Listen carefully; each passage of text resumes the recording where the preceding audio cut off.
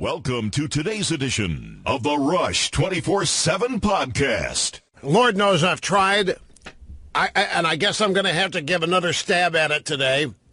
I've tried to explain Trump to people. I've tried to explain Trump to the never-Trumpers. I've tried to explain Trump even to Trump voters who think they understand him. And I've tried to explain Trump to everybody here.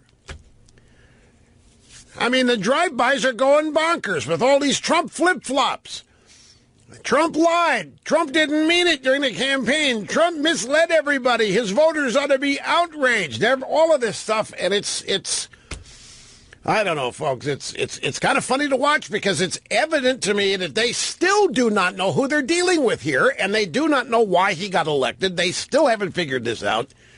Despite my best efforts, I have made such great effort here to make it as simple as I can to people who simply refuse to understand or try to understand who and what Donald Trump is. Anyway, greetings, my friends. Great to have you here as we kick off another 3 hours of broadcast excellence.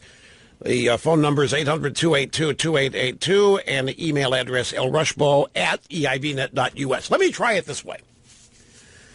In the past, I have made a point of pointing out that Donald Trump is not ideological. Now, to me, that means more than he's not just conservative or liberal. But I guess I'm going to need to add to that. When I say he's not ideological, and I'll explain it again, he's not a conservative and he's not a liberal. He knows what both things are. It's just not how he looks at the world. And it's not how he sees people. Now, to some people, that's refreshing and it's good. Other people, it's alarming. Some people think that if he could be trained or reoriented towards seeing things and people ideologically, that things would be better off. But the man is 71 years old. He's not going to change the way he has always thought and believed. So let me try this. How about if I were to say to you that Donald Trump doesn't really have a political philosophy? In other words, there is no, you can say conservatism and then bullet point what it is. And you can say liberalism and you can bullet point what it is. It doesn't take many to convey what liberalism is. But try bullet pointing what Donald Trump is. And I defy anybody to be able to do it. I mean, during the campaign, during the transition, and even now during the first 100 days, if you were given an assignment to bullet point Donald Trump and to define, to say, for example, that there is a Trump philosophy that he is guided by inexorably, political philosophy, what would it be? And I don't think anybody would be able to come up with it. Because I don't think, and this is not a put down, and it's not a word game, it's a sincere effort that I'm engaging in yet again to try to help as many people as possible understand who and what they're dealing with in Donald Trump. There isn't a particular political philosophy. So the idea that one day he can be anti-NATO and then after certain things happen become pro-NATO, it doesn't wash with people. That doesn't make sense. He is not being true to his principles. Yes, he is. You just don't know what they are. He lives and operates in a political world, but he's not political. And this is what people still don't get. Now, he has to interact with political people. He's got to learn their language. He's got to be able to work with them and get things done within that quote-unquote business. But it leads to all of it. I mean, the Washington Post is beside itself today. They don't know whether to be happy, sad, afraid, worried, and chronicling all these Trump flip-flops. Let's see, is this it? Yes. Headline, Trump backs off fiscal pledges and adopts centrist policies that he once fought. President Trump is abandoning a number of his key campaign promises on economic policy, adopting instead many of the centrist positions he railed against when campaigning as a populist. Has Donald Trump ever called himself a populist? I don't think Donald Trump's ever called himself a populist. I think other people have called him a populist, and other people have called Steve Bannon a populist. And so they associate it, but I don't think Trump's ever called himself that, and he may not even know what one is within the political realm or definition. But he's not a political person, and that, I think, is leading to many people having just a devil of a time translating the guy, analyzing the guy, predicting the guy, projecting the guy. So during the campaign, Trump labeled the Chi-Coms a bunch of currency manipulators. And he said this was going to end, that these people are monkeying around with the currency and they're doing horrible things to the trade deficit that we have and with the balance of payments and doing horrible things to American jobs. And it's because we've had dumb American leaders that haven't known how to negotiate and haven't known how to do things. And then yesterday, Trump came around and said, you know what? They're not currency manipulating anymore. He did not label them a currency manipulator. He told the Wall Street Journal yesterday, despite a campaign promise, that he would apply the label on his first day in office. He also said he was open to reappointing Janet Yellen to the Federal Reserve. But last year, he said that she should be ashamed of what she was doing to the country. Now he wants to reappoint her. And he embraced the Export-Import Bank, a government agency that he mocked last year and that has long been despised by conservatives who labeled it crony capital. I'm reading here from the Washington Post. And then they write, these statements represent a move toward the economic policies of more centrist Republicans and even at times align with the approach of former President Barack Hussein. Should he follow through on the newly articulated positions, it would suggest that the candidate who ran as the ultimate outsider is increasingly adopting a more moderate economic agenda. The reversals come amid a period of rapid evolution for Trump on both foreign and domestic issues. So here you have a political analysis of what they consider. I guess in the world of politics, these would be considered flip-flops. Trump doesn't think he's flip-flopping on anything. He thinks he's having success. Trump thinks he's moving the goalposts in our direction. Trump thinks that he is. And in fact, yesterday on this program, never forget this, because this worked out so well. Snerdley, I forget how it came up, but Snerdley asked me, you don't really think, what was your question about North Korea and China? You were of the, oh, that's right. Snerdley says, aren't you worried about World War III, well, what the Norks are doing and the Chi-Coms are their allies? And I said, no, not at all, because at the end of the day, the Chi-Coms are not going to be the allies of the North Koreans. They're going to be our allies against the North Koreans. It's not going to be, the Chi-Coms are not, we owe them too much money, number one. They make all of our iPhones, number two. There is no way that the Chi-Coms are going to trade us for the North Koreans. If anybody does anything, it's going to be the Chi-Coms warning the Norks to dial it back or else. And you know what happened? At 6 o'clock, I'm at home, I'm minding my own business. And I said, okay, it's time to get back into show prep. And I find a story that's published at Zero Hedge, and it's about just that the Chi-Coms have not quite delivered an ultimatum, but they sent a message to the North Koreans, if you guys don't tamp this down and stop this, you can forget about any help from us. And we will resort to measures previously unused in dealing with you. I know what it was. A friend of mine sent me that story. And the subject line was, wow, who would ever believe this? And I looked at it and I said, damn, I just predicted this 2 hours ago, 3 hours ago. So I got hold of Coco at the website, and I made it a just-in from Rush, and we linked to the segment we discussed yesterday.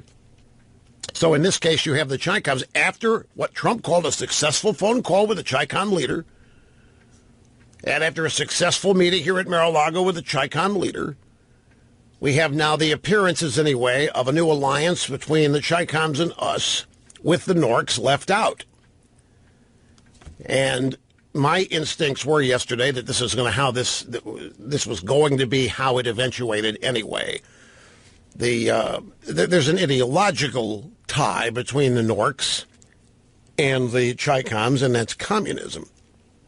But believe me, the Chinese, I don't have it exactly as I said it yesterday, but the Chinese are not going to risk everything that they have done, succeeded in economic progress, military might. They're going to risk all of that in siding with the North Koreans over us. In fact, they're going to do everything they can to make sure the North Koreans don't do anything but keep missing.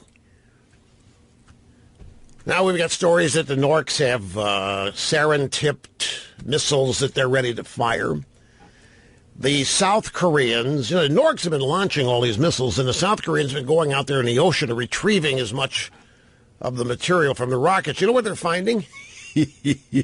They're finding guidance systems made in the United States in North Korean rockets. Now, I wonder how many of you are going to remember this.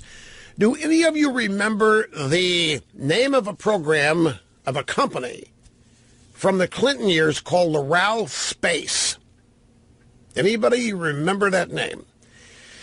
You probably, some of you might remember, but you probably don't remember what it was. I'll explain to you. The Chi-Coms, during the Clinton era, were having trouble achieving orbit, geosynchronous orbit, with some of their satellites. And that meant they were having guidance problems with their ICBMs. The Clintons needed something out of the Chi-Coms, so they got hold of the guy that ran Loral Space. He's a huge Democrat donor. And they sent people from Loral Space over to Beijing to examine used missile parts from failed Chinese launches and shared with them guidance and other technology to help the Chinese be able to keep satellites in geosynchronous orb and help them with their guidance. Well, it turns out if we do that, you know that the Chi-Coms are going to share some of that with the Norks. We're talking about the 1990s now. And so the South Koreans have found evidence of American technology in North Korean missile guidance. It has to come from Loral. It doesn't have to. I mean, the Chi-Coms may have, in the interim, developed their own, but it certainly was true in the 90s that Loral Space, Democrat donor, I remember when it happened, we couldn't believe it. We couldn't believe that the Clintons were sending an American company over there. In fact, it involved the State Department, Ron Brown or something. I remember the controversy about this. It involved turning the project here over to the State Department rather than Commerce. That's what it was.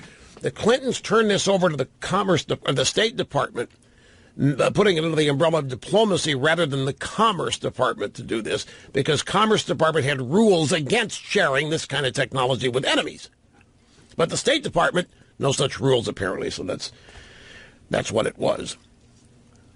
Anyway, so the question, let me just ask you a question, you Trumpists out there, Trump voters. How many of you today are feeling betrayed?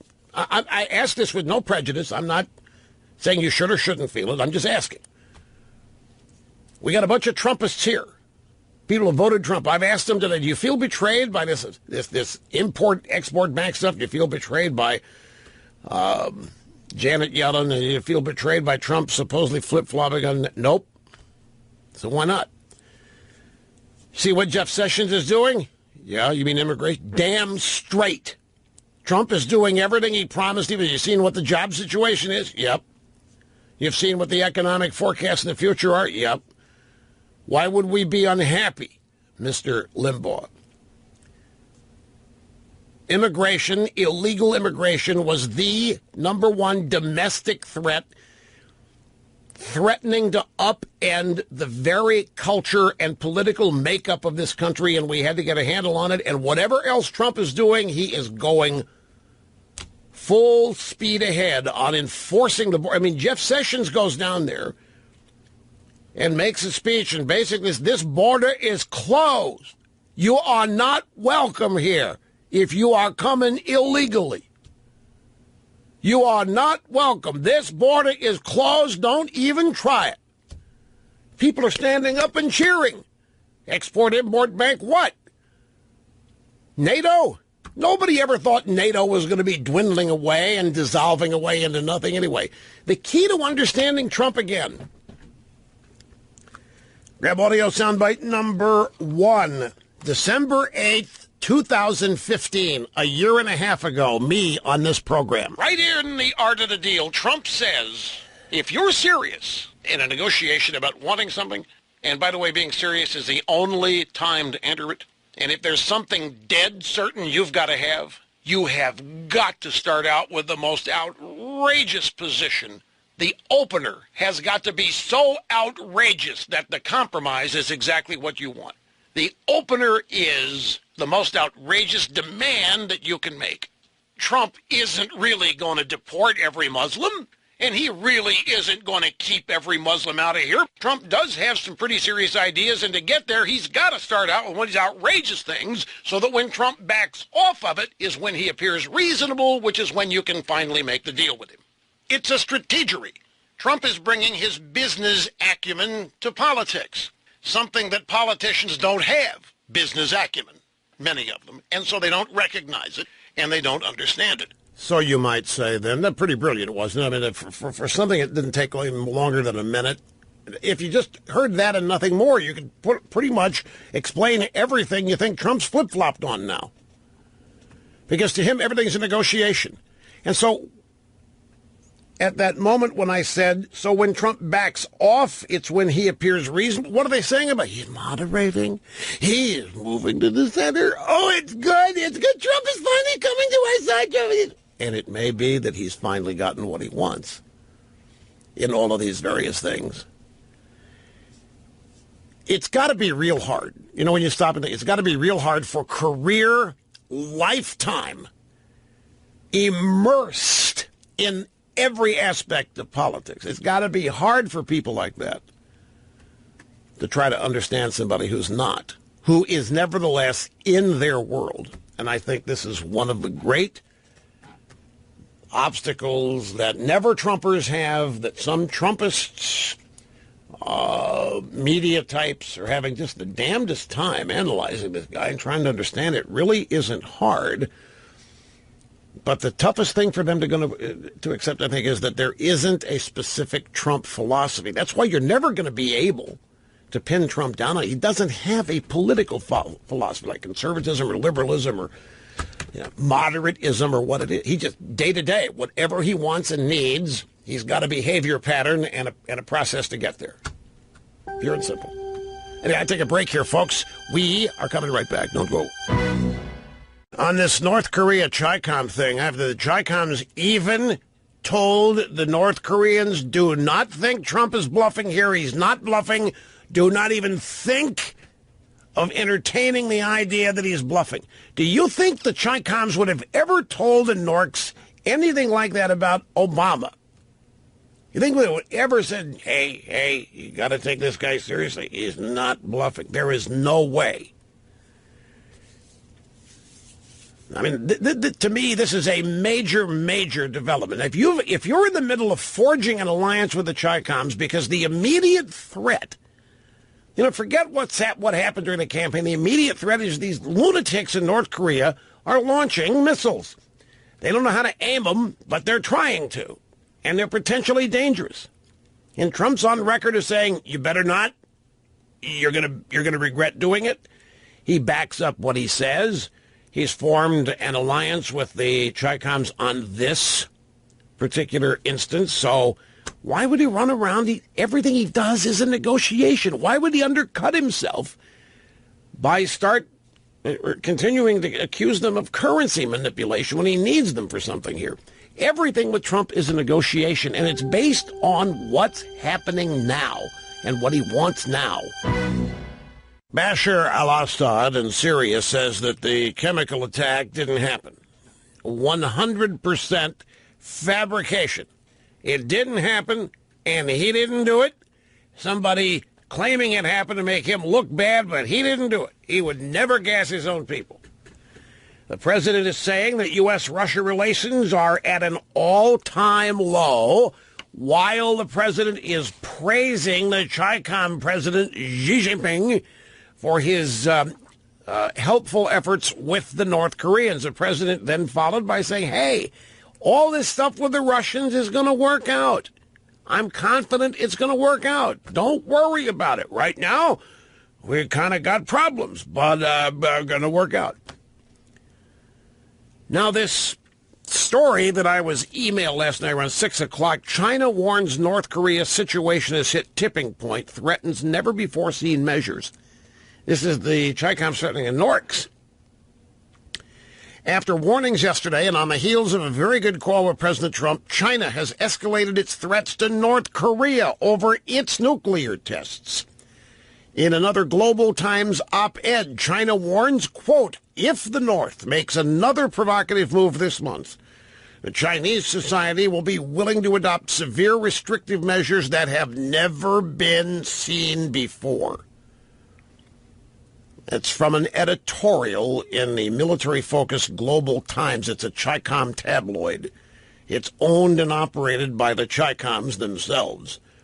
So it's a Chi-Com Communist Party newspaper, and they're threatening the Norks in it. They said that the Norks' nuclear activities must not jeopardize northeastern China, and that if the North impacts China with its illicit nuclear tests through either nuclear leakage or nuclear pollution, then the Chi-Coms will respond with force. The editorial may also have been written by Xi Jinping.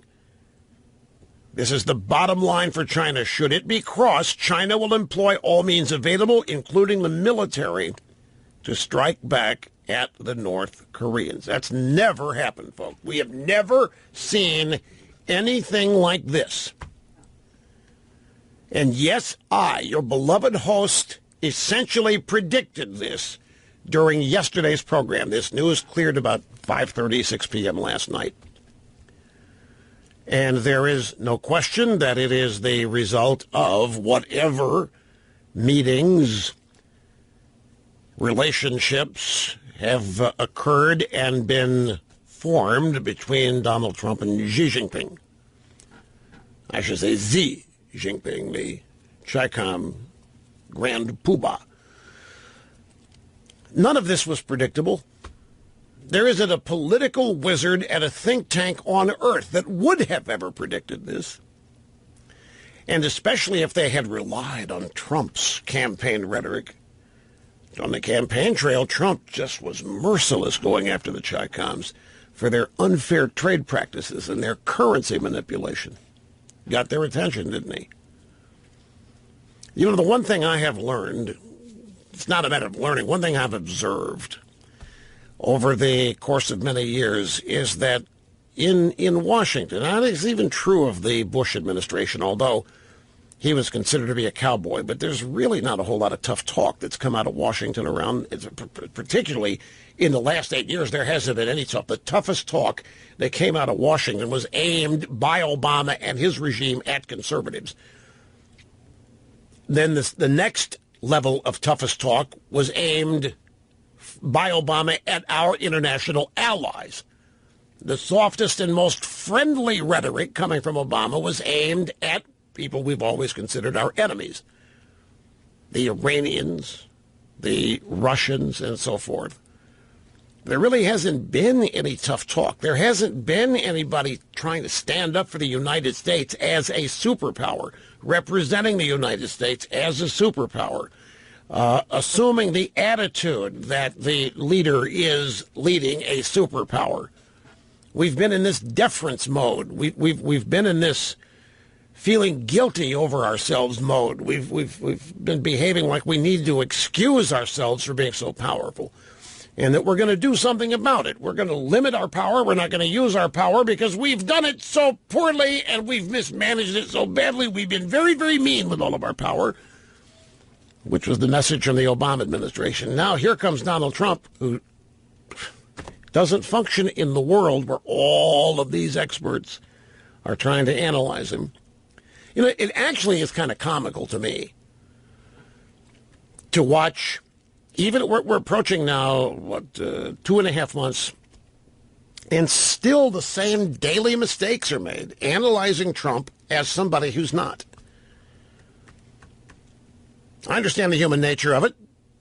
The establishment is of, by, and for politics. and everybody in it is of, by, and for politics and comports to the code of behavior of in, by, and for politics. Trump doesn't, because he doesn't have a political system. He doesn't have. There's no. Like I said, you can't bullet point Trump's political beliefs because he doesn't have them. He's got various things he wants, needs, wants to accomplish based on circumstances at the moment, not based on a philosophy. Now, there's a foundation. The foundation for Donald Trump is make America great again. It's the greatest place on earth, and we're going to build it back up, and it's going to be the greatest no matter what.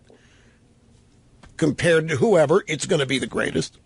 So, I mean, you can say that, but that's not a political philosophy. That's an objective or a series of goals. Now, the next thing I want to move on to here, this is very, very fascinating to me, folks. There's something not right about this. And I haven't been able to put my finger on it, but something about this is really, really off. And I'm not talking about United Airlines. We'll get to that in a minute, because the lawyer representing Dr. David Dow had a big presser today. I'll tell you, this lawyer, he's a crafty marketer. He has his own logo, law firm logo, on a blue banner that he draped over the background behind him. And he went out, he said what he said, and he answered questions until there weren't any more questions. You know, he said, the lawyer said that Dr. David Dow, the passenger in question, said he was more afraid being dragged off that United flight than at any time when he was fleeing Vietnam.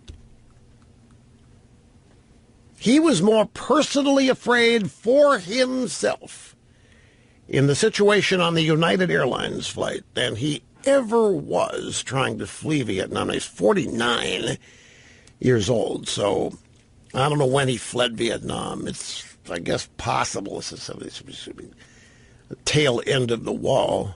This is possible. Now, what I'm referring to here, let me read a headline from the New York Times. Trump undercuts Bannon, whose job may be in danger. If you read, you find there's no evidence for this. There's no evidence, but boy, there are a bunch of leakers. But they're anonymous. Here's any evidence. AP headline, is Bannon in peril? Trump comments worry his populist base. Oh, that reminds me. Interrupt myself here for another question to make my point.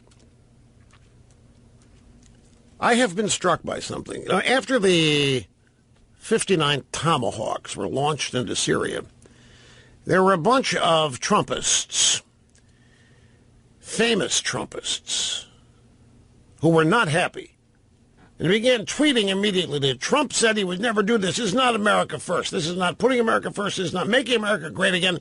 Trump said he wouldn't be doing these kinds of military interventions anymore. So I began to think, is that true? Did Trump campaign by commonly, frequently, reliably promising there would not be any U.S. military intervention abroad? That's another question I must put to you Trumpists. Because I think back, I realize a lot of people interpreted that is what Trump meant when he said, put America first. And he was talking about NATO. With NATO, he never said NATO had to go away. He just said the people running it are not paying their fair share, and we're not going to continue to pay way beyond our share here. We're not going to bear the burden. If NATO's going to mean anything, these people got to play ball. By the same token, I was trying to remember last night. I Googled it, looked around. I couldn't find consistent, as in white paper policy positions, Trump claiming consistently and often that there would never be any military intervention around the world. But boy, did people think that's what he meant. There was a lot of interpretation. Putting America first, Making America first, making America great, America only, no more wars in the Middle East. Like Pat Buchanan definitely thought that's what Trump meant. Pat's not happy. Pat wasn't happy when he heard the first of 59 Tomahawks got launched. He did not think, he thought those days were over. And a lot of prominent Trumpists thought those days were over and thought that's what Trump was. He's attacking trade deals, he's attacking TPP, NAFTA, and all this, and criticizing Obama for his, half-baked military maneuvers around the world. But actually assuring or promising people that the days of the United States intervening around the world were over, I don't think I remember that as a staple of the campaign. How about you, Mr. Snerdley? Do you remember that as a staple of Trump's campaign? And when you think about Trump and the campaign, and you apply what you remember from the campaign to the way he's governing, does that, like you informed me earlier, he's consistent as he can be on immigration. They're not waffling on that at all. They're not waffling on bringing jobs home, American economic upward mobility, all this stuff, fixing health care. By the way, Mark Meadows is saying they may have a replacement bill before the recess on health care. Anyway, I'll get back to this Bannon business here in just a second, because this, folks, there's something that is missing here, and not just the evidence. There's something that doesn't gel. Well, here's another one where the very public Trumpists who think that the president was going to herald a new era of isolationism, which is really what I guess that's what they thought Trump was. They thought he was an isolationist. Make America great again, and only make America. We're not going to make anybody else great again. They're on their own. We're going to make ourselves great. We're going to do whatever it takes to make ourselves great, and that's it. Well, the United States has just dropped the largest non-nuclear weapon in our arsenal on an ISIS tunnel in Afghanistan. Again, the largest non-nuclear bomb in our arsenal has for the first time been deployed. It's been dropped. It's been used on an ISIS tunnel in Afghanistan. Bomb was dropped in the Nangarhar province, the Pentagon has confirmed. The blast radius, believed to be over 300 meters, of a football field, essentially. The weapon is described as the father of all bombs, not the mother of all bombs, the father of all bombs, in an obviously Pentagon sexist comment. And it is the very first time the weapon has been used in combat. So there will be a lot of people here who are going to be very, very much concerned about this. But I ask you to think back to the campaign. What did Donald Trump say about ISIS? He said, we're going to take them out. We've had a bunch of pansies and wussies that haven't had a serious moment about it. I'm going to get together with my military people. We're going to come up with a plan. We're going to wipe them out. It's only because we got a bunch of stupid leaders that we haven't wiped them out yet. So here comes the biggest bomb. Non-nuclear bomb. Dropped in Afghanistan on an ISIS location. We will see. Look, folks, I'm going to get back to this Bannon business because there's a lot to this. Well, I say there's a lot to this. A lot of questions I have about this. Because it's what's not being leaked and about who it's not being leaked. That is arousing my curiosity. But let's start on the phones in the Bronx. It's Pedro. Pedro, great to have you up first today on the EIB Network. Hello. Yes, Rush. I'm just curious. Why should we give Trump so much leeway on flip-flops and changing his mind on so many issues when we don't afford the same to other Republicans? Well, you don't have to if you don't want to. You don't have to give him any leeway. You are. Oh, we are. We're letting him. We're letting him get away with stuff. Look, the West Wing is full of Democrats. You predicted it about 2 or 3 weeks ago when they wrote a piece about Bannon being in charge. You said, this is to mess with Trump's mind. This guy's got a very good... I know exactly what he's talking about. Tell me if this is right. Pedro, I was talking about a Washington Post piece. It was a Sunday story, big long story that talked about the rivalry in the White House between the Bannon wing and the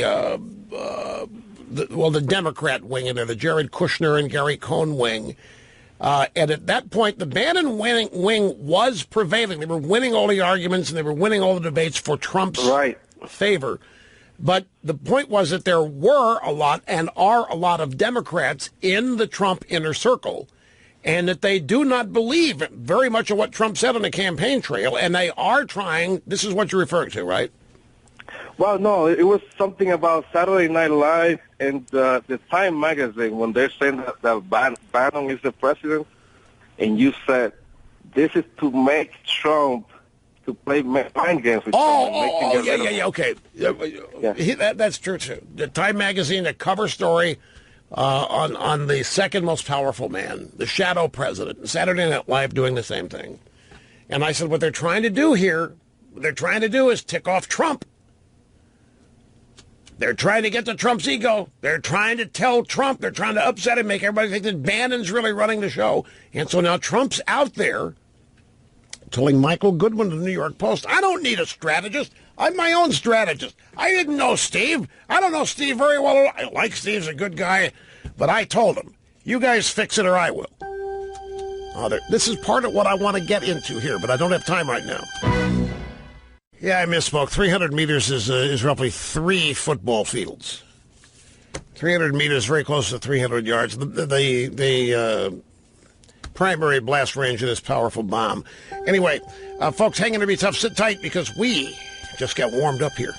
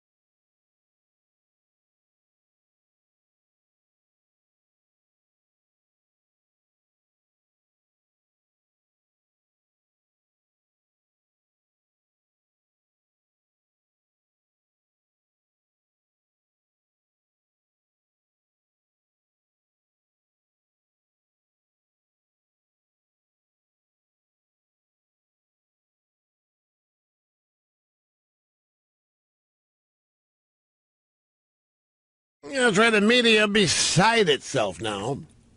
Over to Trump. But, you know, the news story I had on the bomb from the UK newspaper, they quote the Pentagon as calling it the father of all bombs. CNN's calling it the mother of all bombs. But the Pentagon referred to it, at least in the story I have, as the father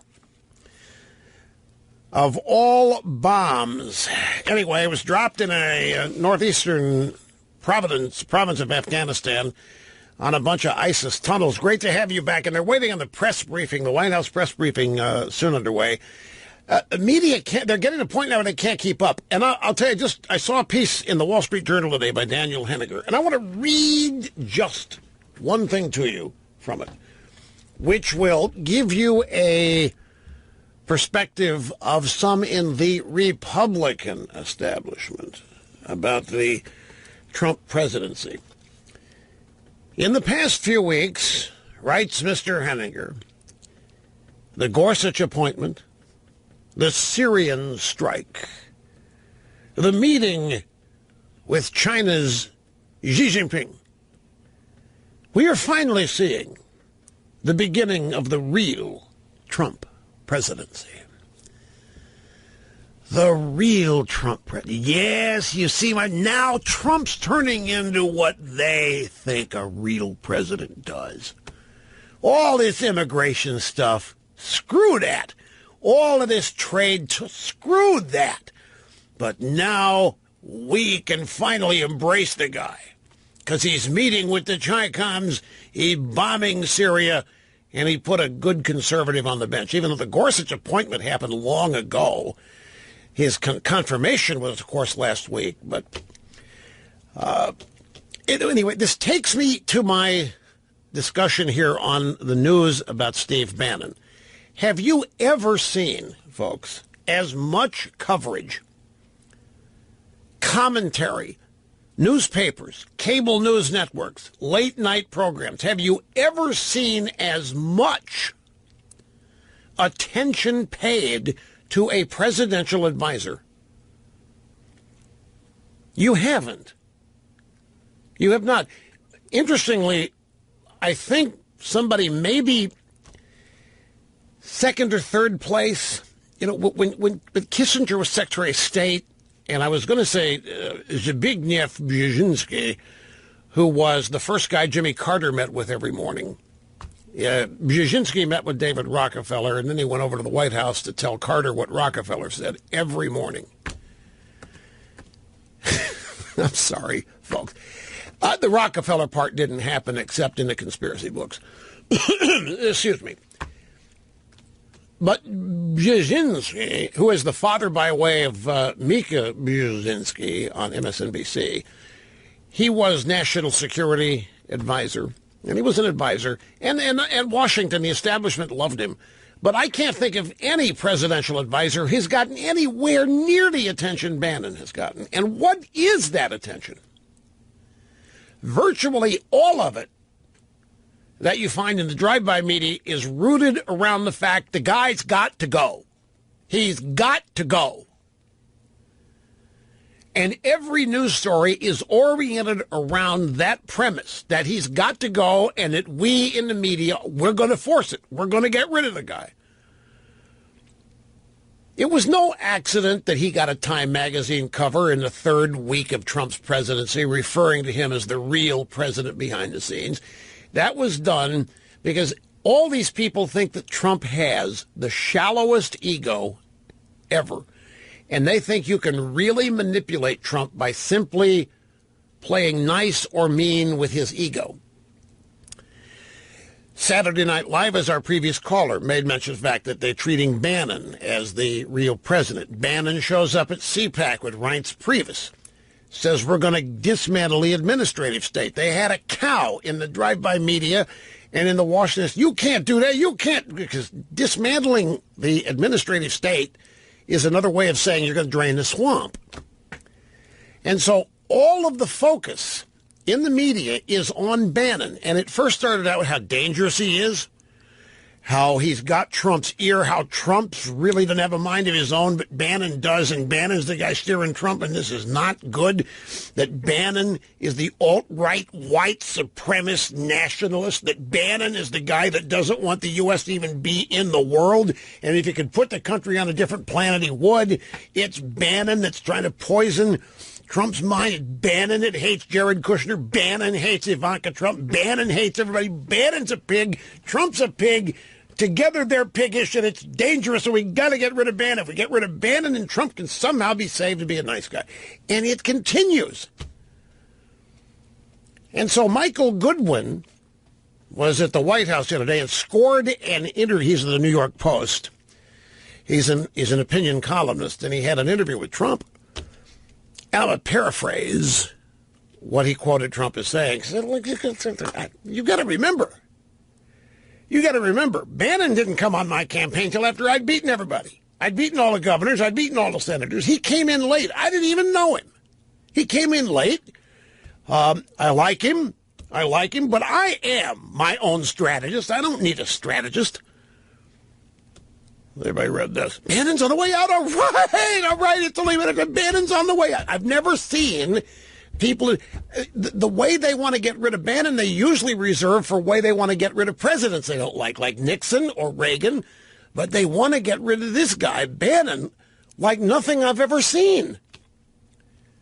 And the stories on this rival in intensity this made-up story on collusion between Trump and Russia. Now, they can't put Bannon in that story, so they got Carter Page for that. But, man, now, just today, we have the Washington Post inside Bannon's struggle from shadow president to Trump's marked man. You know what this is like? You remember, folks, you may not remember this. Some of you will. During the days of the old Soviet Union, and when Mao Zedong was alive, let's stay with the Soviet Union. Every May Day, the Soviet Politburo leadership would go stand outside in front of the Kremlin and watch the military and mortars and rockets and so forth parade by in a show of strength. And Kremlin watchers always paid attention to who was standing nearest the premier of the day. If it was Brezhnev, who's standing to his left, who's standing to his right. If it's Yuri Andropov, same thing. If it's Gorbachev. And in that sense, we try, okay, who's in and who's out? Because communist countries never tell you. I mean, when their leaders die, they don't tell you. They even, when Mao Zedong died, they faked that for 2 years. They even photoshopped pictures of him swimming in the Yangtze River with his head bobbing up like a bobblehead. They tried to tell us he was actually swimming at age 85 or 90, whatever it was. And he'd been room temperature for many years. So trying to get this idea of who is got the Soviet premier's ear. Well, doing the same thing with Bannon. Is Bannon at the NSC? I thought he just got kicked out of the NSC. What's he doing? Did you see he was at the NSC meeting in Mar-a-Lago? But how could that happen? Because he was kicked out of it, they thought. But yet there he was. So every day they're studying Bannon. They're studying where he shows up at Priebus. Do he and Priebus still have a rivalry going? Is Bannon still trying to get rid of Priebus? Is Priebus still trying to get rid of Bannon? Does Bannon hate Kushner? Is Kushner trying to get Bannon? Do they hate each other? Is Bannon really overstepping so bad that Ivanka has had to join up with Kushner to get rid of him, and they're angling with their own dad to get rid of him? This is daily, this kind of stuff. And so the picture that has been presented, and what everybody's living off of today, is you have Trump over here who one day loved Bannon because he was just like Trump. He was a white supremacist. He was a nationalist. He was a populist. It's America first. And that's when they had to get rid of Bannon. And then the stories came that there are a lot of people inside the Trump White House don't like Bannon. He's uncouth. He's a pig. He's got too much influence. He's dangerous. So then we got stories. Jared Kushner, 36-year-old son-in-law, because he's married to Ivanka, is now in a knockdown drag-out with Bannon, and he's going to win because Jared's family. And that's what this all means. The quotes to Michael Goodwin about Bannon not being all that valuable, not being needed as a strategist. I didn't know Bannon all that long. I frankly can't even remember why I picked him, that kind of stuff. And over here you have Jared Kushner as a quasi-shadow Secretary of State. You know, Tillerson goes to Moscow, but Jared's in the Middle East. And all this palace intrigue. But there's some people never mentioned in the same way Bannon is mentioned. And those people, we've talked about him here. Gary Cohn, who is the leader of the Democrats in the Trump White House. His aide is somebody named Dina Powell. And Jared Kushner is put in that group, and that they're all aligned against Bannon. But there are other people here that we never hear about in these battles inside the White House. We never hear the name H.R. McMaster. We don't hear any of the names of the prominent people at the National Security Council. It's all Bannon, and it's all Jared. And it's all oriented. I'm telling you what, the media is thinking that they can force Bannon out by playing to Trump's ego. And they think this New York Post interview that Trump gave to Michael Goodwin is proof positive that they are succeeding. But I don't think the Bannon-Kushner battle is the battle that's actually worth paying attention in there. I go back to this Washington Post story that's easily over a month old now. And the Washington Post story had Bannon and Stephen Miller and a number of Trump loyalists in an ongoing battle with the so-called Democrats that Trump had picked to be in the inner circle, Gary Cohn, Dina Powell. And so I looked into that. I actually checked into it, and I found out that the Washington Post story was actually true, that battle was going on. And Jared Kushner, he was in it, but not prominently. So this was, he's always been positioned as anti-Bannon. But I don't think that's really what's happening now. I think all of this is missing it. I think all of it is a bit of a smokescreen. Because even, the Washington Post has their story, inside Bannon's struggle for shadow president, from shadow president to Trump's marked man. New York Times, Trump undercuts Bannon, whose job may be in danger. AP, is Bannon in peril? Trump comments worry his populist base. In every one of these stories, there's no evidence. Honest to God, the New York Times, all of this is reported, but it's from anonymous sources who do not provide any evidence. It's just that the media is choosing to believe the anonymous sources. One person with firsthand knowledge of internal White House dynamics, who asked not to be identified, insisted that no immediate changes were likely. Well, then why are you doing these stories? If no immediate changes are likely, why in the world, what's the hubbub here? Goes back to, if there's no evidence of Trump colluding with Russia, then what the heck are all these stories about? Well, they're trying to make news and create news here. But I think it's quite telling, folks, that we don't have any stories involving intrigue about Gary Cohn. And we don't have any stories involving intrigue about H.R. McMaster. I mean, these people are in Trump's inner circle as well. The same with Dina Powell. The stories are universally about Bannon and how he's got to go and how he's the problem and how he's got the presence here. And this guy is so off the mainstream. He's the white nationalist. He's the populist. He's got Trump's ear and he's poison and he's dangerous. And if the truth be known, what Bannon is probably doing is trying to prevent establishment types from succeeding in co-opting and influencing Trump totally. That would be my guess. That's what I think the real battle going on in there is. The fact that it's only Bannon mentioned, and it's always Bannon that has to go, and Bannon the problem. What? It's just too pat.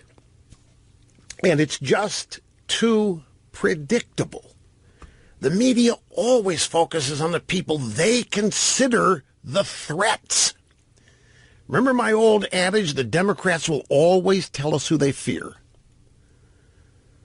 by trying to take them out. The media is the Democrats, and it'll always tell us who they fear. And believe me, they don't want to get rid of Bannon because it's going to help Trump.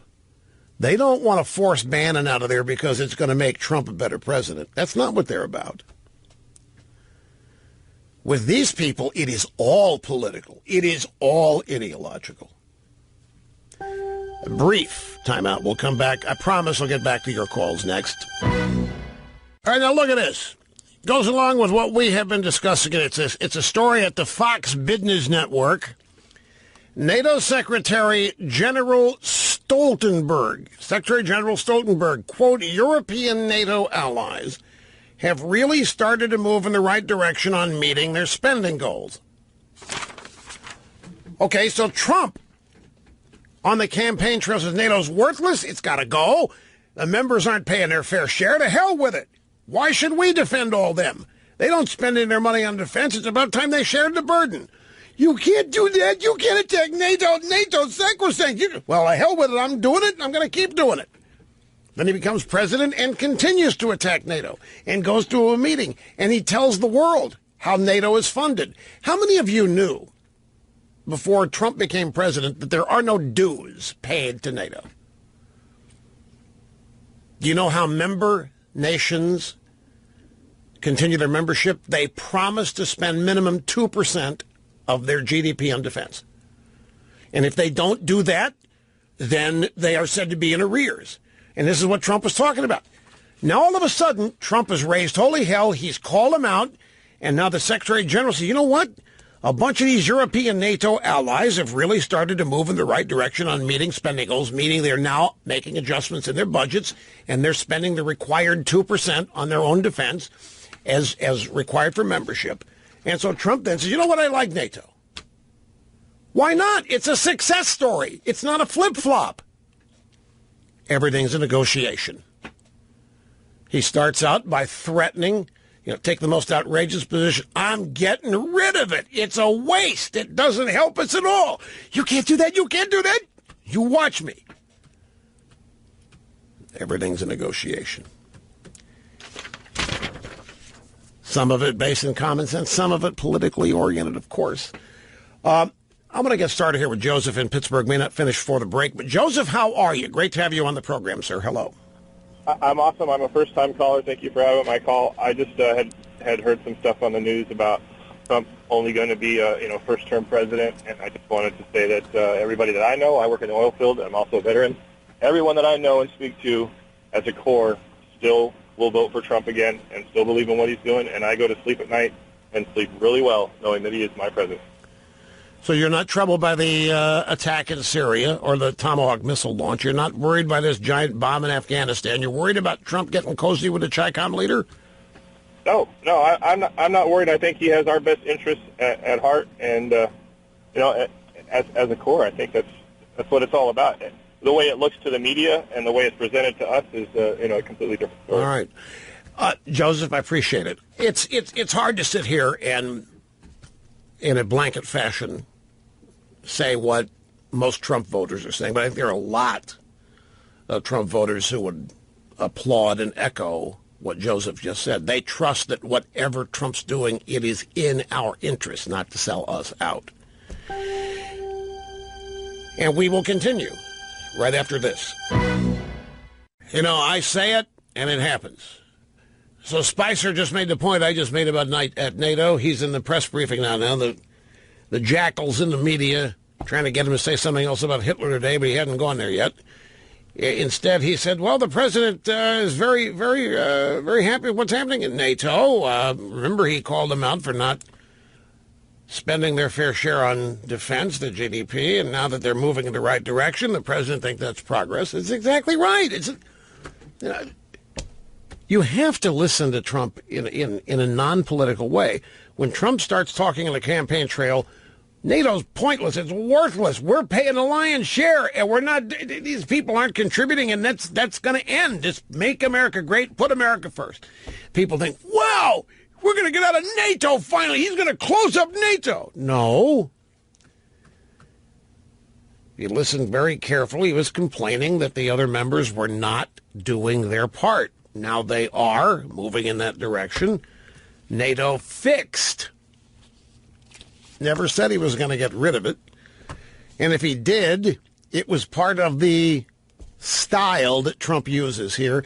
And I'll guarantee you that, folks, this is one of the ways that it matters. You know, the Obama administration didn't have one person who had ever worked in business.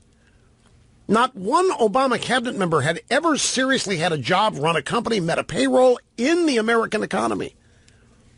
And as such, no way of understanding how business is done, from negotiations to any other aspect of it. In fact, people like in Obama's cabinet were arrogant and condescending and looking down on those people as a bunch of shysters and a bunch of cheats and people that kill their customers and are destroying the planet.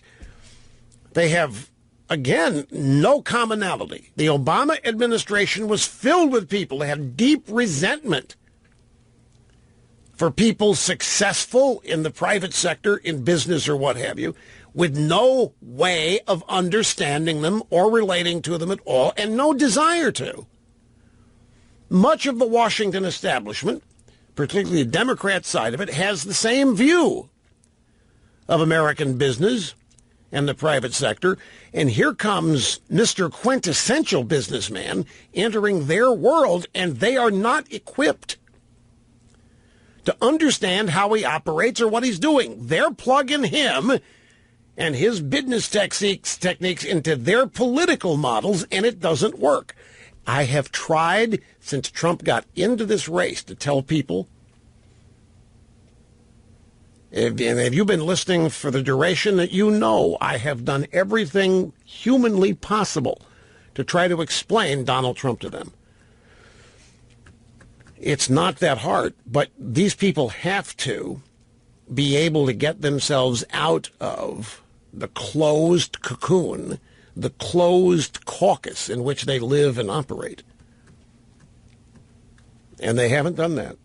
They've tried to find ways to plug him into how and what they do. And in that case, he's always going to look like a failure to them, because they will never understand how somebody like him, and he's not alone, his cabinet's got people like him, they'll never understand how these people operate, how they have to operate, what's necessary for business success. Business success is not determined by government policy, it's not determined by regulation. The people succeed in business have to overcome all the obstacles put in their way by people like Democrats and Obama. That's what Trump knows, how to overcome these guys, how to get the things they put in his way out of the way, while they don't even know it's happening. And that would go for much of the political commentariat, too, folks, that are totally immersed in politics and know nothing else, other than they swear allegiance to free markets. But that's about it. Here's Raj in Minneapolis. Raj, I'm glad you waited. It's great to have you on the program. How are you doing? Good. Raj, so I'm an American of Indian origin, and I am super sad about the media stories about Bannon being pushed out. I should be the last person who should be sad based on all of the media commentary about his alt-right links, but I am super sad. And I did some research on Jared Kushner, and I was amazed to find the parallels between him and Mark Mezvinsky, who's married to Chelsea Clinton. Both are elite, wealthy, East Coast liberals who have convicted criminals as fathers. And I'm like, hey, Raj, Raj, hang on a minute. Are you saying that Kushner and Bannon are both East Coast elites? No. I'm talking about Mark Mezvinsky, who's married to Chelsea Clinton, and Jared Kushner, who's married to Ivanka Trump. Both of these presidential candidate Okay. I'm having to follow you on the transcription of your call, and it's tough. So you're talking, you're drawing an analogy between Jared Kushner and Mark Mizvinsky? Exactly. Right. So they're both. I thought your problem. I thought your problem was with Bannon. No, my problem is not at all with Bannon. I want Bannon to continue. I mean, I think his thoughts, his sad eyes, the way his heart seems to beat for America is what Trump needs in an advisor, not the Jared Kushners and the neocons and the globalists of that kind. Oh, Jared Kushner and the neocons. So you think Jared Kushner and the neocons are aligning against Bannon to get him out of there so they convert Trump into the newest version of the neocon president?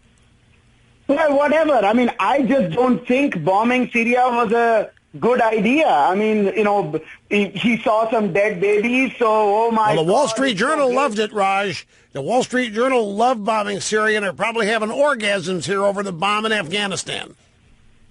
Exactly. So I don't like it at all. I think Bannon needs to be back. Kushner needs to be out. Trump needs to stop indulging his daughter. Okay, let me share a story with you here from the Washington Free Beacon that I was made aware of last night, Raj. Now, hang on, don't hang up, because I want to get your feedback to this, but wait until I ask you your opinion before you say anything. This is a story that actually it was at 2 o'clock yesterday afternoon, but I didn't see it until last night. Washington Free Beacon. The Washington Free Beacon is not the drive-by media. Headline, New Front in White House Civil War as Kushner asserts authority at the National Security Council. Now, stick with me on this, folks.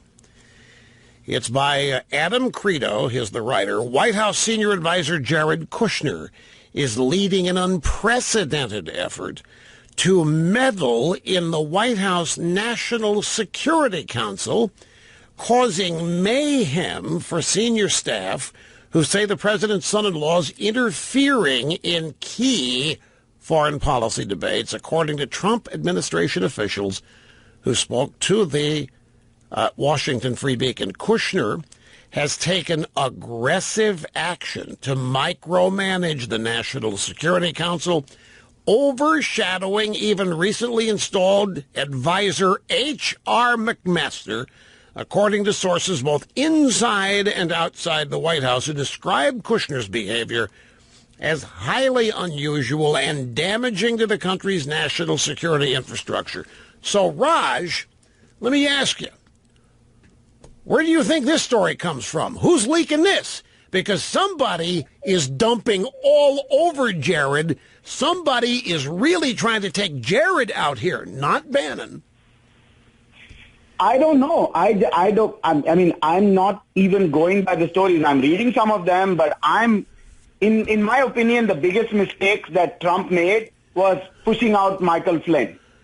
McMaster is another guy who's a, neocon hawk. We don't want these guys in there. Michael Flynn would have been great. All right. Okay. Well, yeah. So you are a Trumpist who is worried here that Trump's doing things that you thought he promised he wouldn't be doing. Exactly, and I think he's being led by... And therefore, somebody's making him do it, and that's what you're saying. You think Bannon's a safeguard, so somebody's making him... You think it's Kushner, who's the young neocon, and they're pushing Trump into doing these things. I think so. I mean, that's the explanation that I get from reading all the stories. Okay, I know you said you're not reading things, which is why I wanted to explain it to you and hopefully capturing your thoughts on it. Now, this story here, folks, this doesn't fit. This doesn't fit anything out there. You need hosts like me to be able to spot these things, sort of like reading the stitches on the fastball or recognizing the changeup before it's thrown. Now, let's put this in context or in some sort of, not a timeline, but you know as well as I do that for the past, well, the entirety of the Trump presidency, the long knives have been out for Bannon. to one degree or another. For days at a time, it's intense. Bannon's got to go. Bannon's a problem. Bannon's a pig. Bannon's this. He's white supremacist. Then it goes dormant for a while, and then it reemerges. Something happens. Bannon once again's a bad guy. Got to get Bannon out. Seems like the whole White House West Wing is leaking against Bannon. And in the most recent stories, the arch enemy of Bannon is said to be Jared Kushner, and that it is Priebus and Bannon who have now aligned. They were originally portrayed as enemies competing for power. But in the last month or so, the stories have had Priebus and Bannon lined up together, defending their front from Jared and whoever he's with, Ivanka. And then in the midst of all of this, here comes a story dumping all over Jared and accusing Jared of trying to take over the entire National Security Council operation. Now, who would be bothered by that if that is indeed happening? Why, it would be none other than the National Security Advisor. Who's that? Can you give me a name, Mr. Snerdley? That'd be H.R. McMaster, who was tabbed one day at Mar-a-Lago. He was there with General Kelly on the big sofa, and the drive-bys went orgasmic. Oh, what a brilliant choice. This may save the Trump presidency for a day and a half. Oh, there's nobody better than H.R. McMaster. He's great. He's Harvard, he's Oxford, he's Cambridge. Went on and on and on. And in all of this, folks, in all this Bannon stuff, in all this palace intrigue, we never see stories involving him or Gary Cohn or Dina Powell. And now we have a story, new front in White House civil war as Kushner asserts authority at NSC. Now, up to now, Kushner trying to ace Bannon out, that's been a good thing. Kushner may be a little young, 36, may not have any experience, but at least he's not Bannon. And at least Trump's son-in-law, so he's not going anywhere. But now, out of the blue, the long knives are out for the president's son-in-law, because it's not Bannon trying to take something over, it's Kushner. So somebody's feeling threatened, or somebody is not feeling threatened and is striking preemptively. Somebody in there doesn't like Jared, folks, and that's the first time you've heard this. Other than Bannon, I mean. Supposedly. What if you were to learn? I'm going to withhold the speculation. I'm afraid I might be right, and that would get me a little bit more attention than I want right now. So I'll reserve that for maybe next hour. Half my brain tied behind my back just to make it fair, as we have more fun than human beings should be allowed to have. Here at the Rush Limbaugh program on the EIB network, Astoria, Oregon. Jim, you're next, and it's great to have you here with us. Hi. Hey, Rush. God, thanks for taking my call. God bless you. You know, in this part of the area, it's like listening to Rush Limbaugh is like Radio Free America. Thank you very much. I understand what you mean by that. I really do. Yeah, well, this morning my wife was really upset because every news outlet, including the social media, everybody was stomping on United Airlines. And I was just wondering whether the same people who are stomping on United Airlines are the same people who are stomping on Trump, whether this might all be, to try and destroy American business. Well, you are correct to notice that there is a total, I'll call it a gang up on United. However, it didn't happen out of the blue. United is a significant player in the story. I mean, there would not be a story had United not dragged a guy off an airplane and had the cops beat him up. However, you have the media all in on this. I mean, all the ingredients for the perfect media story are here. You have evil, as in United. You have the evil corporation that doesn't care if its customers die. You have a minority and a victim who happens to be an immigrant. It's made to order that this guy's getting the shaft.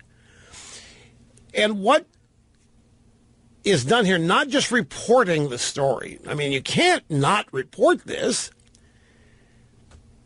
But the effort here is to make it about much more than it is. And this is what you are detecting. This is what your wife is detecting. It is overboard in terms of coverage and intensity and so forth, because it allows for a subliminal message to accompany whatever reporting. And the subliminal message is that America is flawed, that America mistreats immigrants and minorities, that the cops are just wanton criminals themselves that beat up innocent people. I mean, this story has many of the knee-jerk ingredients that make the media breathless with excitement. And so they can't let it go. And because it offers an opportunity to characterize certain aspects of America that they politically oppose or disagree with.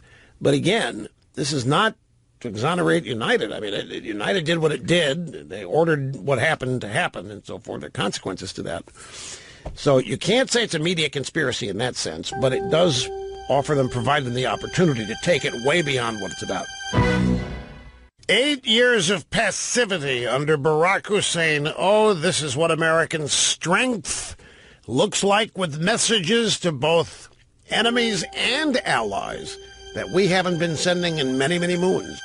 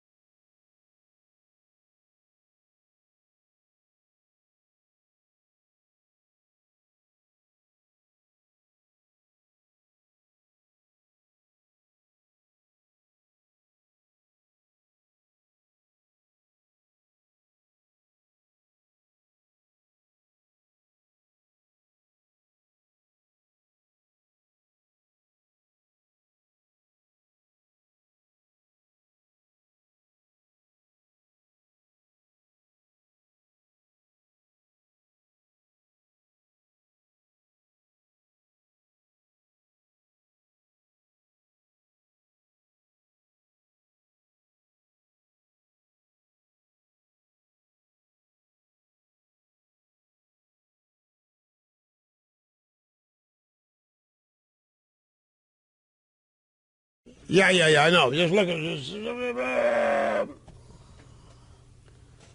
Man, oh man. Greetings, my friends. Welcome back. I just saw a story here that PMSNBC has now got twice the audience of CNN at night. Did I just see this right? Yeah, prime time. 2 times nothing is nothing. Of course, if you take CNN out of the airports, what do they have? And I don't know if the airports are rated, but is that true? CNN's, you drive down or walk down any concourse in the bar, whatever, the CNN's on it. I think it's almost an exclusive arrangement that you take that away from them. Not all airports. I wouldn't know, so that's why I'm having to ask you. It's not all airports. Well, that's a lot of them, isn't it? Anyway, folks, great to have you back. Welcome back. Rush Limbaugh here, the Excellence in Broadcasting Network at 800-282-2882. The email address is lrushbo@eibnet.us. The lawyer for Dr. David Dow appeared in a major press conference today. This was prior to the program beginning. He's a Chicago lawyer by the name of Thomas Demetrio. He might pronounce it Demetrio. I did not hear his name pronounced, but the guy's his firm is Demetrio and Corbano or some such thing. I don't remember it. He's got an icon, he's got a logo, and he's got a blue banner that he hangs behind the podium. And he updated people on the condition of the doctor. He's going to have nasal reconstructive surgery. A broken nose, he got some sinus problems out there. Suffered a concussion. He's still in the hospital. He never made it to Louisville to see the patients that were waiting on him the next day. And what this lawyer basically said is, and I'm paraphrasing him, his message to United was, you had better agree to settle this out of court or else, because if it goes to a jury, you don't have a prayer. So just a couple of sound bites to give you the flavor for it. A portion of his remarks, soundbite 1. The fact of the matter is, I have concluded the following, that for a long time, airlines, United in particular, have bullied us. They have treated us less than maybe we deserve. I conclude, based upon hundreds, literally hundreds, of tales of woe, of mistreatment by United, is that here's what we want as a society. We want fairness in how people treat us. We want respect, and we want dignity. Right. And that's what Dr. David Dow did to get on the United flights. That's what we wanted. His message, by the way, was not just to United. He was speaking to all of corporate America. He went through the thing. He said, yeah, people aren't nice anymore, but he's bullying everybody. And we don't like being mistreated. We don't like being bullied. We want respect, and we want dignity. And now he's going to spearhead the new project here of establishing passengers' rights. Just treat us with respect. Make us feel like you really care. And I must say, I don't believe it's limited to the airline industry. Here we go. I think corporate America needs to understand that we all want to be treated in the same manner, with the same respect and the same dignity that they would treat their own family members. If they do that, wouldn't it be great? So, will there be a lawsuit? Yeah, probably. But Dr. Dow, to, I believe, his great credit, has come to understand that he's the guy. He's the guy to stand up for passengers going forward. Yeah, as he's dragged out of the plane, he's got to be the guy to stand up for passengers. Dr. David, this is what the media loves. The guy went way beyond United. All of corporate America needs to understand that we wanted to be treated fairly. And we want to be respected. And we want to know that you really care. What? Oh, I'm telling you it is. I know it's going to resonate with some. This is where the media is salivating here. They're eating this up. The guy was reading out of the left-wing playbook here for half of his press conference. I'm not. Let me withdraw that. I'm not meaning to inject politics into this. I'm not being critical of the guy. I'm still reacting to the guy who called and want to know why the media is making such big deal of this. And because it has every ingredient that the media gets fired up about. Not just about United.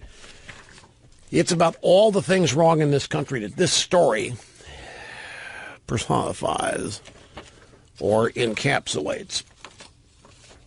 Now, I was given this soundbite. I'm not crazy about playing this soundbite, but I've got people telling me on the staff, you need to play it and explain it. It happened last night. Grab soundbite number 4. Last night on CNN's Anderson Cooper 97. The guests, Jeffrey Lord, the American Spectator, our old buddy, and Jen Psaki, the former White House communications director, and she was instrumental in running the failed and embarrassed Hillary campaign. And they were having a discussion about the FBI obtaining a FISA warrant to surveil Carter Page.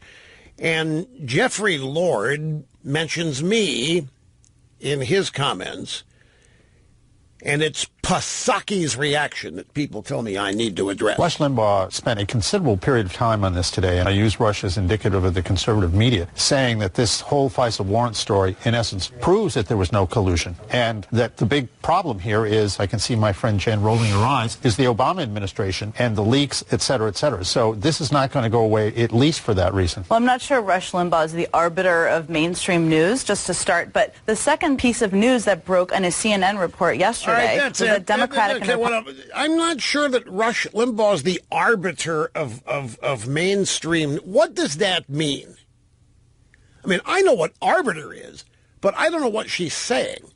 Is she saying that I'm not qualified to analyze mainstream news? Or is she saying that my analysis is irrelevant because I am not the arbiter?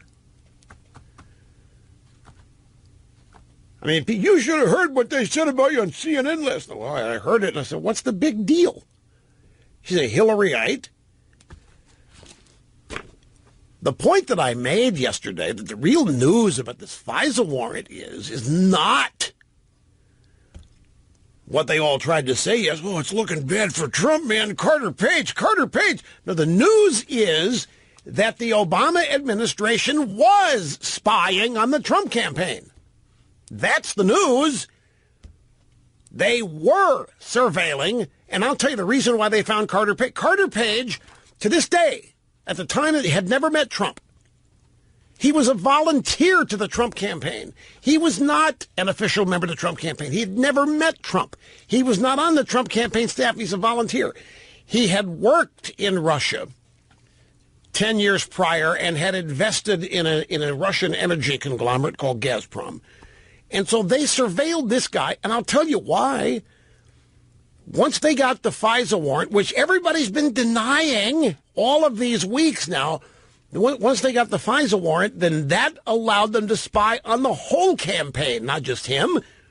Because if you're going to surveil Carter Page under the pretext here that he's a participant in the collusion, well, now you've got a wide open door to use the surveillance you have permission to do on him to examine the whole campaign. That's what this was all about, and that's what I was saying. And the fact I'm not the arbiter of mainstream. Snerdly, what do you think she's saying? I'm not even sure what she's saying. You're clueless. First time I've ever seen you clueless. You know what she's saying, but you don't know how to say what she's saying. You mean without being profane, or you just don't know how to... Oh, okay. I'll tell you what it indicates. Folks, if you want to get it down to the base level, what she's really saying is that I'm not mainstream, that I'm kook, and therefore not qualified. I don't know, but it's insider, outsider. I'm not establishment, therefore I don't rate, I don't count in her world. That's what that means. Pure and simple. I think that doesn't matter. I don't care what. And it's badge of honor for me. Don't misunderstand. Let me take a break here. We'll come back. I want to get back to phone calls. I've got the Trump sound bites on Russia and how we are perhaps at an all-time low in our relationship with Russia. This is classic. Now, the commentary, oh, my God. Oh, my God. Oh, no, it's at that bad. Oh, my God. And Trump's, oh, no. They're clueless as to what Trump is doing, why he would say this. The fact is, it's probably much better than it has been in a long time, except Trump just doesn't want him to know that yet. Back in a second. Here we are, El Rushbo, a man, a legend, a way of life. Thank the Lord, Rush Limbaugh's on. We go to Houston. This is Ron. Great to have you with us. How you doing, sir? I'm doing good, Rush. Daniels from Houston. Thank you very much. I wanted to comment, if I could, on your opening segment about the ideology or lack thereof of President Trump. I think a lot of us who supported him, throughout this campaign and now through his presidency, we realize that he understands basically all classes of Americans, unlike many of the politicians that run the country before. He doesn't think right or left. He thinks the difference between what is right and what is wrong. And we know that he's well-grounded. He's a very successful businessman. I mean, we sincerely believe, and this is why we support him, that he does want to make America great. I think that we can sum up what his ideology is in one word, and that's basically winning. He's all about winning, and he gets things done. I mean, everyone remembers from the campaign trail where he was commenting over and over that America doesn't win anymore. We don't have any victories. And just getting on the point that you mentioned at the outset about using his business acumen, he's able to, achieve extraordinary results in all of these negotiations, which in fact aren't negotiations. Most of the time it's just strategies, how he's getting things done. And he's doing everything that he can to make America great. I mean, the man doesn't settle for second best. All you have to do is look at his life, look at his family. He's not about being second best. Okay, let me ask you some questions then, just to sort of nail this down. You do not consider Trump to have flip-flopped by launching the Tomahawks into Syria. You do not consider Trump to have flip-flopped to now say, you know what, I don't mind the Export-Import Bank. You don't consider Trump to have flip-flopped by now praising NATO. No, absolutely not, Rush. In fact, going back to the point about his business acumen, you have to be opportunistic. And when he sees opportunities present themselves, he's going to seize those moments to get an advantage because of the situation. And it's all designed to achieve what needs to be achieved. And he's not going to be sidetracked by what people think or say based on what his actions are. He remains laser focused on what the goals are. Let me tell you why I brought this up, folks. Thanks, Ron, very much for the call. Starting sometime last night, I'm immersed in show prep never ends. So I'm running across a number of different columns and blog posts that are across the spectrum, left wing, right wing. And there were quite a few of them that were very, very convinced that this was going to blow up Trump's coalition, that this constituted Trump lying to the people that elected him, that all these flip-flops, now all of a sudden NATO's fine, dropping bombs on Syria, Export-Import Bank, all these things that Trump had rejected that now look like flip-flops. And these people were convinced that this is who Trump's always been, that he lied to his base. His base stupidly believed the lies, dumbly believed the lies. But now that Trump has exposed himself, that Trump's base is going to abandon him or start questioning everything. And it's such a sad thing that it's not taken very long for Trump to totally betray the people that voted for him. And I read these, honestly, I'm not exaggerating. I read those with amusement, is why I opened the program today the way I did, by focusing on, again, how amazing it is that so many people who are considered to be political experts haven't the slightest idea, even yet, why Trump got elected, what his base of supporters think about him. They have no idea. They have no clue understanding the connection that Trump's base voters have for him. And that's why I opened the program today. I was because I often have said that Trump has no ideology, and I wish he did. I wish he had conservative tendency, but he doesn't. But I went further today in a never-ending quest to help the confused understand it. And that's what Ron was responding to here. I said Trump essentially doesn't even have, we've got communism. We have Bushism. We had Clintonism. But there isn't a Trumpism. Bullet point for me what the Trump political philosophy is. And you can't do it because he's not a political guy. Now, Ron said there's one thing, there's one bullet point, winning. There's some things you have to understand about Trump. He loves America. He wants to be the greatest place on earth. He thinks political people have made it the mess that it is. And he's been very open and upfront about how he goes about accomplishing things, and that's totally ignored.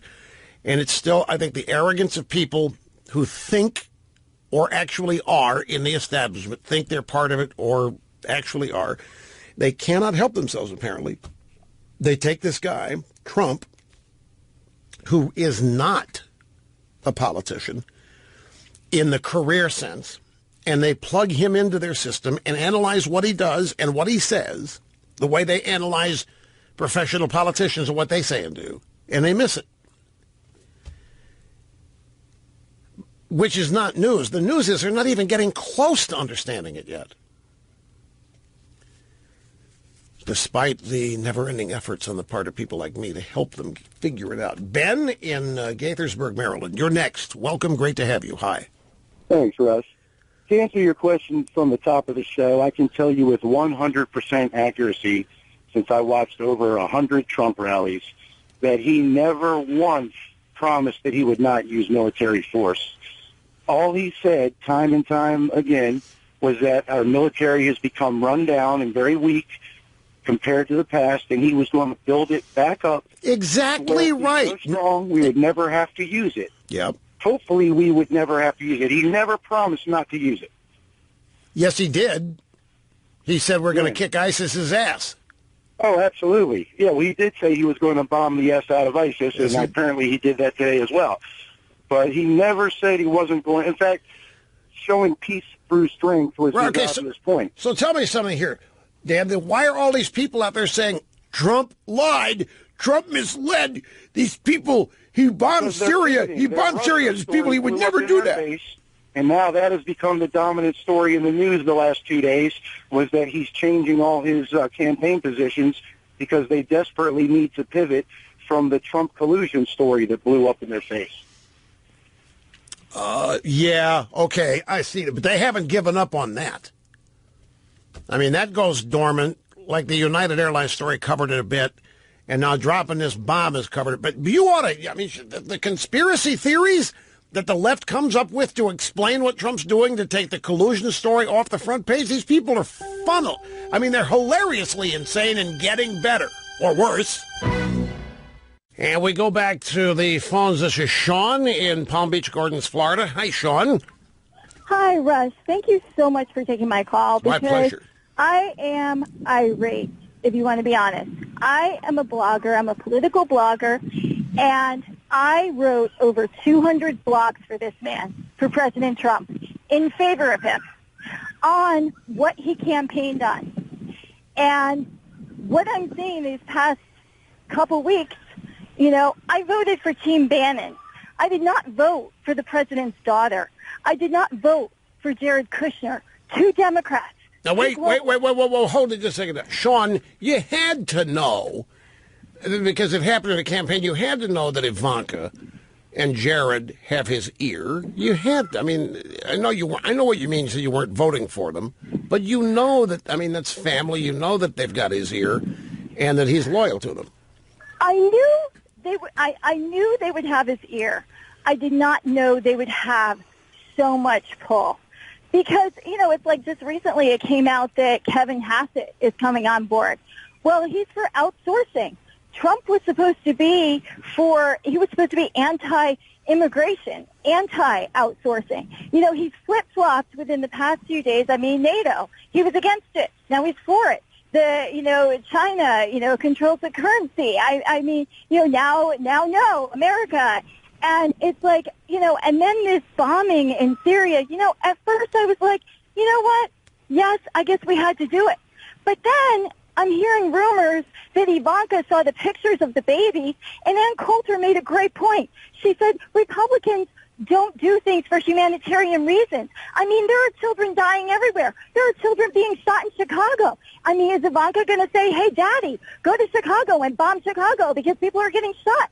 I mean, and I know that's obviously a gross exaggeration, but it's very upsetting. I mean, I am talking to a man that's a Kurdish fighter for Kurdistan, and I'm asking him about the gassing in Syria.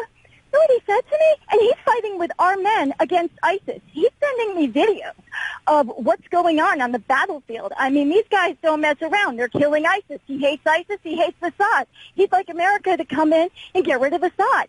And I said something about the people that were gassed. He said, I don't care about them. They're Arab pigs. And I'm thinking, then who are you? It's a mess over there. And it's like, it would be great in a perfect world to make a safe world and a better world for everyone. But, I mean, we spent $95 million. I think that's the figure for the Tomahawk missiles. And what did we accomplish? That we're strong and that we're not going to watch people suffer? People are suffering every day. That $95 million, hey, could have helped fund the failing Obamacare. I mean, the president has not passed one piece of domestic legislation. Has he done some good things? Yes, he has. Am I still behind him? Yes, I am. But I have some valid concerns. I voted for a non-establishment, a non-globalist, a non-Democrat. I voted for a Republican. I voted for someone who was going to bring back the middle class, and tax reform isn't going to be until next year, until after Obamacare. The wall, that's been on the back burner. I'm upset. I hear that. Loud and clear. What I was, before you were halfway through, I was thinking of trying to play devil's advocate with you on a couple of things, but you have covered the spectrum. You want me to play devil's advocate just a couple things and get your take on? Yes, I would. I would love your take. Well, it's not my take. I just want to give you another way of looking at something and see how you react to it. Let's talk about NATO. And I've mentioned this earlier today, so if you've heard it, folks, please beg your indulgence while I go through it here with Sean. During the campaign, you're right. The president complained loudly that we were doing dumb things in NATO because most of the member states were not paying their fair share, that we were paying much of way outside burden, and we weren't getting anything for it, and it was stupid and dumb, and if it didn't change, then NATO may as well just go away. So people hear that. Right on, man. Right on. We don't need to prop up these socialist democracies that won't pay their fair share. Right on, Trump, you go. Now, Trump says all this, and he raises hell, and then he starts calling them out for not paying their dues. Now, guess what? These nations, all of a sudden, we got a statement today from the NATO Secretary General that all of these nations Trump called out are now stepping up and paying their dues, meaning they're spending 2% of GDP on defense, or they're intending to, they're allocating it.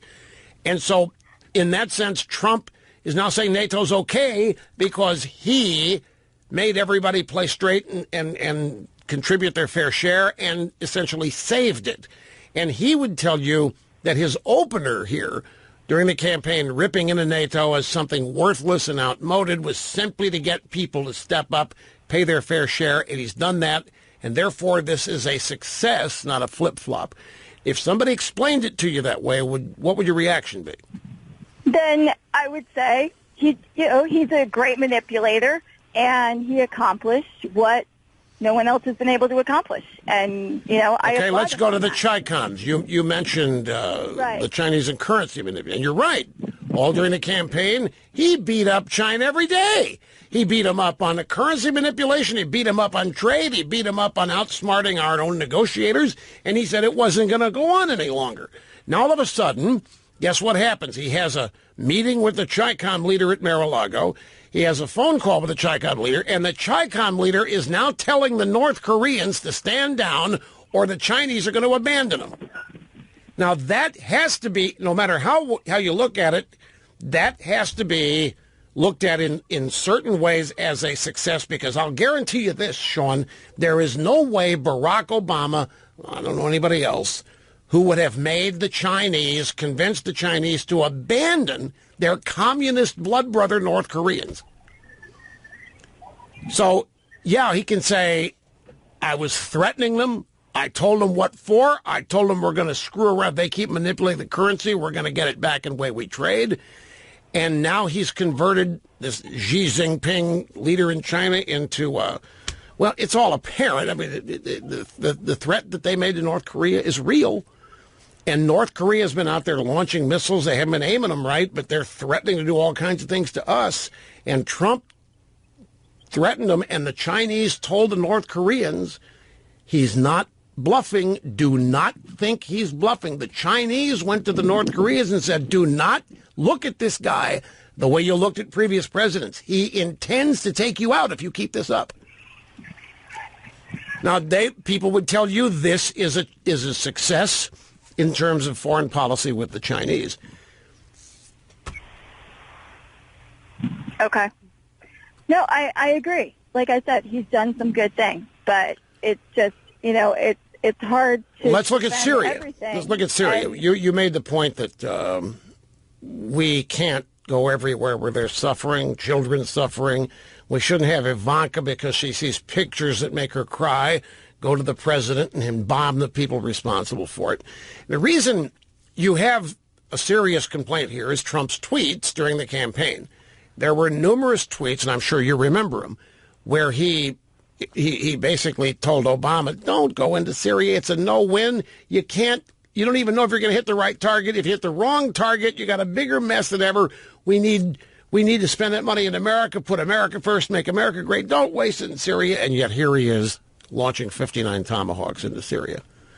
But what is the message sent? That those 59 Tomahawks, while the Chi-Com leader is having dinner with Trump at Mar-a-Lago, probably went a long way to convincing the Chi-Com leader to tell the North Koreans, look, this guy's a madman. You can't look at him as previous. If he says he's going to take you out, he's not bluffing. So those missiles at launch into Syria, it sends messages to Russia. It sends a message to the Norks and to the Chinese. And we've had 8 years of passivity with Barack Obama where whatever anybody around the world wanted to do to America, we just huffed and puffed and did nothing. And with Donald Trump, you want to do something to America, there's going to be a price. And if you offend our sensibilities and say it's a wanton violation of human rights like gas attacks, we're not going to put up with it. And says and does what he does. So the question is, are these flip-flops and betrayals, or is it something else? And you've decided that they're flip-flops and betrayals, and you're not happy with it. Would you like to plug your blog? Would you like to give us the name of your blog? Sure. It's gopgirl.blogspot.com. gopgirl.blogspot.com. Okay. Yes, gopgirlblog.blogspot.com. Okay. And I'm fair to the president. You know what? I mean, I will always call him on all of his, good things. I mean, I just saw that we're deporting, I think it's 4,000 Somalis, and, I posted that on Facebook. I mean, I will always tout things that I think are great. But, I mean, I do get concerned when I see globalists that may be able to persuade him to go in a direction that I don't want him to go. We've been talking about today, and there's no question that there is a battle among the staff in the White House. And there's some neocons in there who are trying to, they want war in the Middle East, and they'd love for Trump to do it. Your sensibilities in that, in terms of being concerned about it, I think are accurate. But I don't think we're getting the whole story on that. I just had a story of the Washington Free Beacon about how the national security people are dumping on Jared Kushner today, Sean. Somebody leaked to the Washington Free Beacon that Jared Kushner is trying to take over the National Security Council. Not Bannon, Jared Kushner. Somebody is leaking against the president's own son-in-law and, by extension, his own daughter. Now, who would be doing this? Well, it has to be somebody in the National Security Council who doesn't want Jared getting a foothold in there. Names, I won't go there. Sean, look, I appreciate the call. I got to go. Don't be surprised if your server has been swamped and taken offline. That always happens. We mentioned a website here, and the volume takes it down for a while. But you'll be back. It won't be long. Give me that address one more time. www.gopgirlblog.blogspot.com. Okay. And I'm anything but politically correct. Okay, I can tell that. and I like that.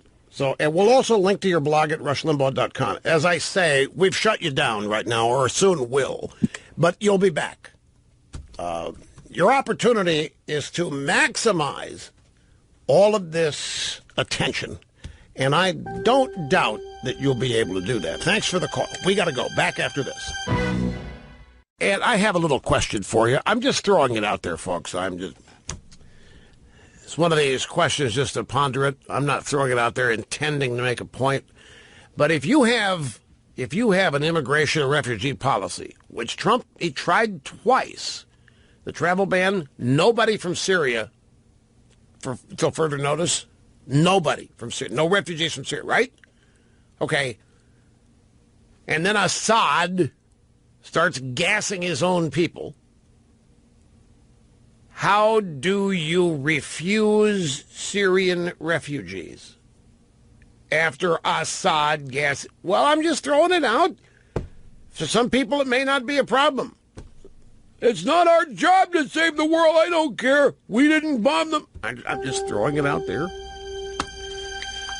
No express purpose. A couple of things I didn't get to today that I'm going to get to. There's two stories. One from the Huffing and Puffing and Post, the other from a drive-by mainstream operation. Introspective stories on what's wrong with the Democrats, written by Democrats. I have not seen stories like they don't do this. They never analyze what's wrong with them. They always find other people to blame, the Russians, Trump, or what have you. And there's a battle brewing up between establishment Democrats and non-establishment out in flyover country. It's fascinating tomorrow.